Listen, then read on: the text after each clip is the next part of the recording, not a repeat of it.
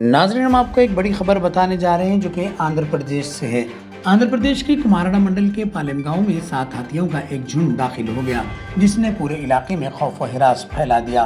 ये हाथी palm oil, पपीते के दरख्तों और खरबूजे की फसल को रौंद कर तबाह कर चुके हैं, जिससे किसानों का शदीद नुकसान हुआ है। मुकामी किसानों ने अपने अफसोस का इजहार करते हुए कहा कि उनकी मेहनत से उगाई गई फसलें हाथियों ने बर्बाद कर दी है। इन्होंने हुकूमत से फौरी मुदाखलत और मुआवजा फराहम करने का मुतालबा किया है। हुकूमत को चाहिए कि वो इस मसले पर जल्द अज जल्द इक़दाम करे, ताकि न सिर्फ किसानों का नुकसान का इजाला किया जा सके, बल्कि जंगली जानवरों के तहफ़्फ़ुज़ का भी मुनासिब बंदोबस्त किया जाए। ये इंसानी बस्तियों और जंगली हयात के दरमियान तवाज़ुन कायम रखने के लिए ज़रूरी है। नाज़रीन, मज़ीद इत्तलात के लिए आप हमारे चैनल QK ट्रांसमिटेशन को लाइक कीजिए, शेयर कीजिए और सब्सक्राइब करना ना भूलें। నా పేరు సహీద్ సత్యనారాయణ సార్. కోమరాడ మండలం పాలెం గ్రామం.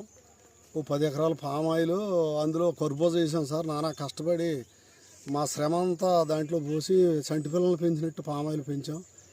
రాత్రి ఏనుగులు సుమారు 7 ఏనుగులు సార్ ప్రవేశించి మా కళ్ళెదుటే మేము చూస్తుండగా, నిశ్చేష్టులు అవి చూస్తుండగా ఏం చేయలేము. ఆ ఏనుగుల్ని మొత్తం నాశనం చేసి ఈ పామాయిల్ మొక్కల్ని మొదలతో సహా లాగేసి తినేసేది సార్. మొత్తం 10 ఎకరాలు నాశనం చేసి అందులో ఉన్న కర్బూజా కూడా నాశనం చేసేది సార్. ఇది ఎప్పుడు నుంచి 10-15 ఏళ్ళ నుంచి ఏనుగులు బెడద ఈ ప్రాంతం రైతులు కోమరాడ, పార్వతపురం రూరల్కి ఈ బెడద ఉంది. వీటికి అప్పుడు విజయరామరాజు గారి నుంచి, పాముల పుష్ప శ్రీవాణి గారి ఎమ్మెల్యే గారి నుంచి, ఇప్పుడు ఈ కూటమి ప్రభుత్వం కాడి నుంచి వీటికి శాశ్వత పరిష్కారం కనుక్కోలేకపోతున్నారు. రైతులు సర్వనాశనం అయిపోతున్నారు. మేము సంటి పిల్లలు పోషించినట్టు పోషించామండి. సంటి పిల్లలు పోషించినట్టు పామాయిల్ని పోషిస్తే శుభ్రంగా ఇది మొక్కలు సిగుళ్ళు లాగేసి నాశనం చేసేసారు. చాలా బాధగా ఉంది.